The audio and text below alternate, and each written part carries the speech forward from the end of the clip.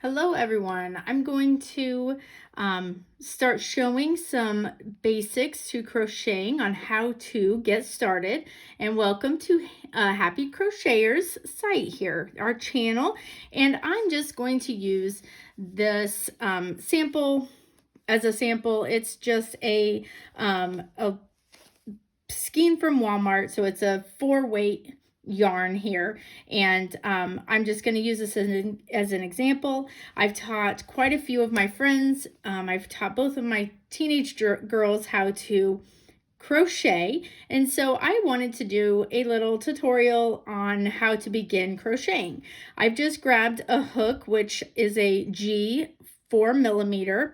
I don't know if you can see that very well, but that is the hook. It's an ergonomic hook. There's plenty of different hooks out there for you to use. You can use a big variety of ones. I usually try and start everyone out with something, not a tiny needle, because it's easier to work with this 4-weight yarn, and about a 4 to 6 millimeter hook. So the first thing I want to show you is, first, when you get a skein of yarn, you always have two ends, and you have one that will be wrapped around the outside, and then you have one that will come from the inside. So I like to use my yarn and pull from the inside so it unravels that way. Sometimes they're very hard to find. Some of them, the ends are, you'll just check the ends and see which one has the strand coming out. But it can be very difficult where you sometimes have to grab the center, pull it out, and find your end. So just a tip for that. Sometimes it can be a little frustrating, but just a little tip. So I have my end here, and I always start my workout, if I'm not doing something circular, like I showed in my tutorial on the magic circle, then when I'm teaching people, I usually start with the slip knot and a chain. The chain is the most basic stitch to get started. And to do a slip knot, I lay the yarn over my hand like this, and I wrap the yarn around my index finger. So from there, I slide. I usually hold my fingers here to hold this together. And if you slide this piece underneath off your finger and tuck the long strand that's hooked to your yarn, tuck that underneath your loop, so through your loop, and then grab that and the little tail and just pull, and you have a slip knot.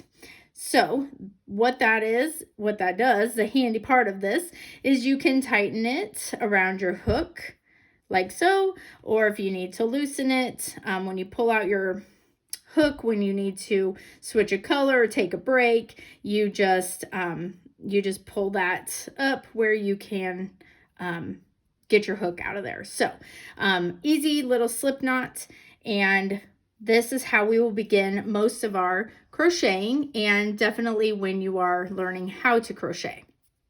My youngest daughter, I just showed her off the bat how to hold the yarn, because there's so many different ways to do this, and I find it easier. I wish I would have started off this way when I started crocheting, because it would have been a lot more hassle than me trying to wrap this around and then grab this and try it. It's just a mess. So here is how you hold your yarn. So I lay my left hand flat. If you're right-handed, you will lay your left hand flat. You will lay the yarn across your hand. So you see the yarn here is going to my skein. Therefore, I will lay that across my hand. I then tuck my pinky. So your pinky is going to be the control for your tension of your crocheting. I wrap it around my index finger like this, just because that is my guide. And I hold my slip knot with my thumb and my middle finger. So that is what's going to hold, and it will move as you crochet. So this is how I hold my yarn, and it helps me with guiding my yarn so that I can grab. So you have this open area here where you grab your yarn, you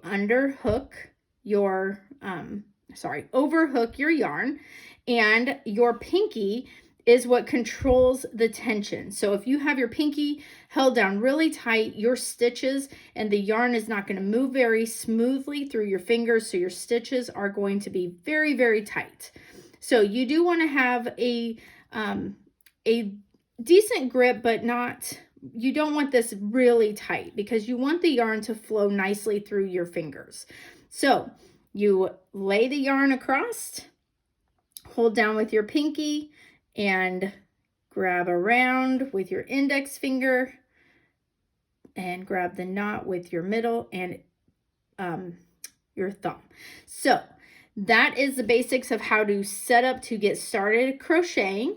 And I'm going to show you a chain. So this is a very basic move of crocheting, and you will go over, yarn over, that's what we call this. So this is yarn over, and you're going to pull through the stitch that's on your hook.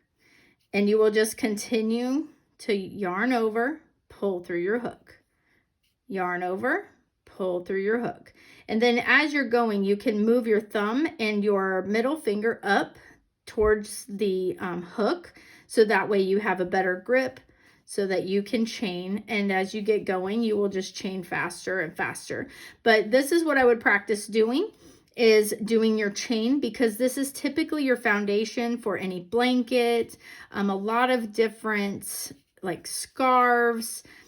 There are a lot of projects that start with a chain. So this is how I would start. My daughter, she holds her hook something like this. There are different ways. Whatever feels comfortable with you holding the hook, I suggest doing that. I'm just not very efficient doing it this way, but Haley does that much better with that, where I do better holding it like this. And sometimes, yeah, I just have my finger up. I don't know. There's different ways. There's different techniques to doing this. And the great thing about it is if you mess up and you notice that a stitch got, maybe you got through part of a piece of yarn, which sometimes happens. So I can't really make it happen here, but sometimes you'll get a piece of yarn and you won't get there we go. So if you kind of shred it a little bit and you pull it through and you notice that your stitch doesn't really look quite right, you can easily take it out by just, we call this frogging. You can frog it by just pulling your yarn and it will undo your stitches. So with this, this is something I would practice before you move on to going back over your work to make a project. But I also want to tell you and show you how to count your stitches. Like, how many stitches did we make? So you can count them by the triangles you see. So this is 1, there's 2, 3, 4, 5, 6, 7, 8, 9, 10. So this is how you're going to count. So there's 11, 12, 13, 14, 15. So if you can see these little triangles, those are your stitches, and that's how you're going to count those. As you get farther into your work, depending on what you're doing, the stitches are going to look slightly different. So they'll be different on how you can look at them to count them. So just to do a double crochet here, going back, I can show you exactly what I'm talking about. They're going to be a little bit different than your triangles to count. They're going to have more of a post and a little bit different look on the top of your so it is going to be a triangle, but they're going to look slightly different. So you can see we have 1 and 2 double crochets, but you can count those by these triangles here at the top as well. So that's just a quick little tutorial on how to hold your yarn and how to count your stitches and how to simply do a chain. So I will be posting more videos on how to work back and do double crochets, half double crochets, and I will also do a tutorial on how to read patterns. So if you're wanting to do that, I'm going to come on with some easy tips for that. So if you have any questions, let me know. I would love to help in any way that I can for you to start your crocheting journey. So thank you very much. You have a beautiful day.